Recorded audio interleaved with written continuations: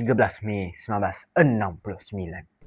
Salah satu sejarah negara yang mengubah haluan negara. Assalamualaikum warahmatullahi wabarakatuh. Salam sejahtera saya ucapkan.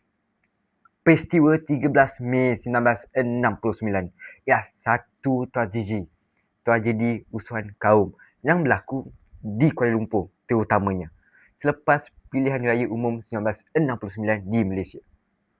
Rusuhan berlaku antara kaum dan menyebabkan banyak kematian serta kecederaan. Ketegangan politik dan isu ekonomi antara kaum menjadi antara faktor utama. Kerajaan mengisytiharkan darurat selepas kejadian tersebut.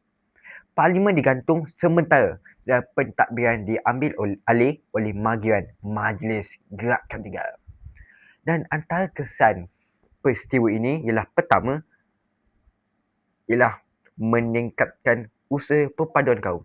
Kedua, memperkenalkan dasar ekonomi baru DEB pada tahun 1971 dan memberi penekanan kepada kestabilan serta keharmonian masyarakat perbulan kaum.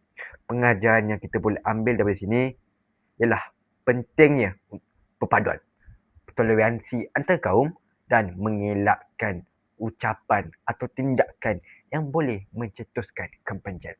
Saya Ilmu Channel ingin menasihatkan anda agar jaga perpaduan agar negara terus aman dan sejahtera. Sekian. Terima kasih.